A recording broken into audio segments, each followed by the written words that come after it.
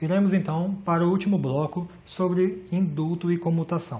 O que nós iremos abordar nesse bloco é basicamente questões mais práticas, como fazer o pedido de indulto e comutação, quem pode fazer o pedido de indulto e comutação e quando nós podemos identificar as pessoas que provavelmente têm direito a indulto e comutação. O pedido de indulto e comutação, como foi dito, apesar do decreto dar o direito, ele precisa ser reconhecido pelo juiz. O papel do juiz não é de criar novos requisitos. O papel do juiz é exclusivamente verificar se naquele caso em concreto a pessoa cumpriu todos os requisitos que o presidente da República publica no decreto. Portanto, o juiz ele não tem o direito de criar novos elementos. Ele apenas tem o direito de identificar se há um caso ou não de indulto. Qual é esse juiz que é feito? O pedido de indulto e comutação ele deve ser feito ao juiz da execução, ou seja, deve ser feito ao juiz onde a pena está, ao juiz que acompanha o cumprimento da pena. Nesses casos, deve ser feita uma petição no processo de execução, um pedido dentro do processo de execução, identificando a situação de indulto ou comutação, para o juiz então posteriormente se pronunciar. Excepcionalmente, no decreto, por exemplo, de 2013, se permite que o juiz do conhecimento, que é aquele juiz que ainda está acompanhando o processo e irá sentenciar a pessoa, reconheça na própria sentença o direito a indulto ou a comutação. Essa é uma novidade dos últimos tempos para cá e situação extremamente rara, na verdade. O mais comum é que o pedido seja feito e reconhecido pelo juiz da execução. Esse pedido pode ser feito por diversos entes, entre eles a Defensoria Pública. A Defensoria Pública é prevista legalmente no próprio decreto e na legislação em vigor, na Lei de Execução Penal, como órgão que tem legitimidade para pedir o direito a indulto ou comutação para pessoas presas. Mesmo em casos em que a Defensoria não atue diretamente no processo, ela tem legitimidade, ela está autorizada a pedir o indulto ou comutação como órgão de execução penal. Ou seja, enquanto órgão que deve obrigatoriamente acompanhar a execução da pena, ainda que aquela pessoa possua advogado ou nunca tenha sido atendida pela Defensoria Pública, a Defensoria Pública é um órgão legitimado para pedir o indulto e a comutação. E como tem essa responsabilidade, ela pode inclusive fazer um pedido de uma forma mais prática, fazer um pedido em forma de listagem encaminhada para o juiz da execução, informando quais são os casos que teria direito a indulto ou comutação. O que é importante saber? Após esse pedido, geralmente é feita a manifestação do contraditório, ou seja, é levado para o Ministério Público se posicionar sobre se é favorável ou não àquele indulto ou àquela comutação. O Ministério Público também só pode se ater àquelas circunstâncias que são apresentadas no decreto. Se a pessoa cumpriu, por exemplo, 1/3 da pena, se foi isso que o decreto exigiu, ou se a pessoa ultrapassou os 60 anos de idade e cumpriu metade da pena, se foi isso que o decreto permitiu. Outras situações, o Ministério Público não poderá ou não deverá se opor ao reconhecimento daquele direito. Quais são esses requisitos, então, em regra, que são estabelecidos? Ou seja, quando podemos identificar que uma pessoa tem direito ou ao indulto ou à comutação? Em primeiro lugar, é importante saber a natureza do crime que a pessoa foi condenada.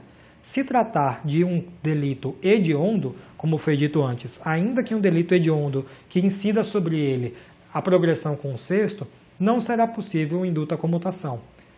Então, se houver condenação por crimes comuns, e aí se houver um hediondo seria aquela situação que já foi apresentada, mas em regra por crimes comuns, a pessoa em si poderá ser o primeiro requisito para ter direito à comutação ao indulto da pena. O segundo requisito é que ela tenha cumprido um determinado quanto de pena. Geralmente esse período chega a 1/3 da pena, ou seja, 33% da pena, geralmente é o que se exige para que a pessoa faça jus ao direito ao indulto e à comutação. E outros critérios de natureza objetiva, como, por exemplo, ter ultrapassado 70 anos em algumas situações, ou ser acometido de doença grave, como paraplegia ou tetraplegia, em outras situações.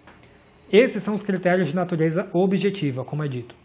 O critério de natureza subjetiva, que comumente vem sendo apresentado nos decretos, é exclusivamente que a pessoa não tenha sido condenada por uma falta grave nos últimos 12 meses. certo? E essa condenação, obrigatoriamente, precisa de uma audiência judicial, uma audiência de justificação, para que ela impeça o direito ao indulto ou à comutação. O que queremos dizer? Naquelas situações em que a pessoa é condenada por uma falta grave, por ter cometido uma falta grave, e tenha sido levado ao juiz para prestar sua justificativa, naquela oportunidade, sendo amparado pela defesa, por exemplo, pela Defensoria Pública, e mesmo assim tenha sido reconhecida judicialmente a falta grave, aquilo sim poderá impedir a comutação ou indulto para aquele ano. Se não houver esse tipo de procedimento, se não houver nenhuma condenação em falta grave, ou se não houver ainda audiência de justificação, isso não estará impedindo o indulto ou a comutação. Nesses casos, bastará então se comprovar que a pessoa cumpriu os requisitos objetivos, como, por exemplo, 1/3 da pena. O que há que se destacar aqui é o seguinte: em algumas situações, o juiz ou o Ministério Público pedem para que seja negado o direito ao indulto à comutação, criando um novo requisito que não está previsto no decreto. O decreto é uma indulgência do Presidente da República. Só ele pode estabelecer quais são os requisitos para que a pessoa tenha direito ao indulto à comutação. Outros requisitos, fora do que estão previstos no decreto, não podem ser utilizados. Quais são os mais comuns vistos na atuação da Defensoria Pública na execução penal? Por exemplo, exigir que para ter direito ao indulto ou à comutação, a pessoa realize exame criminológico. O exame criminológico, que em algumas situações é utilizado para a progressão de regime, por exemplo, do fechado para o semiaberto, não pode ser estabelecido para que a pessoa tenha direito à comutação ou ao indulto. Para a comutação e indulto, exclusivamente se verifica se cometeu falta grave nos últimos 12 meses. Também não é caso que impeça o indulto à comutação a pessoa está respondendo a uma outra ação penal. Então, por exemplo, se eu já sou condenado e já cumpri todos os requisitos objetivos para aquela pena que eu já fui condenado, mas mesmo assim eu estou respondendo a um outro processo, um processo mais demorado, como um processo do júri, o juiz da execução não pode se valer desse outro processo para impedir que eu tenha direito ao indulto à comutação sobre o processo em que eu já cumpri os requisitos. Então, novamente, responder a outra ação penal não é critério que impeça o indulto ou a comutação. Também não é empecilho qualquer demora do Poder Judiciário ou de todo o aparato estatal para que eu tenha direito ao indulto e à comutação. Como foi dito, exclusivamente o cometimento de falta de natureza grave. As situações, então, que mais comumente se enxerga o direito ao indulto e à comutação são para aquelas pessoas que sejam condenadas por crimes comuns, com pena até 12 anos, que já tenham cumprido um tempo significativo dessa pena e que possuam o histórico de faltas graves baixo ou quase nenhum. Nessas situações, encontrando esses itens, é possível que a pessoa faça jus ao direito ao indulto e à comutação. Para isso, será necessário, então, que alguém peticione no seu processo, e aí cabe, por exemplo, à Defensoria Pública fazer esse pedido, identificando se todos os requisitos estão cumpridos e fazer o pedido ao juiz da execução. Ao juiz da execução caberá somente reconhecer esse direito ao indulto e à comutação, declarar e, no caso da comutação, fazer o recálculo de todos aqueles outros direitos.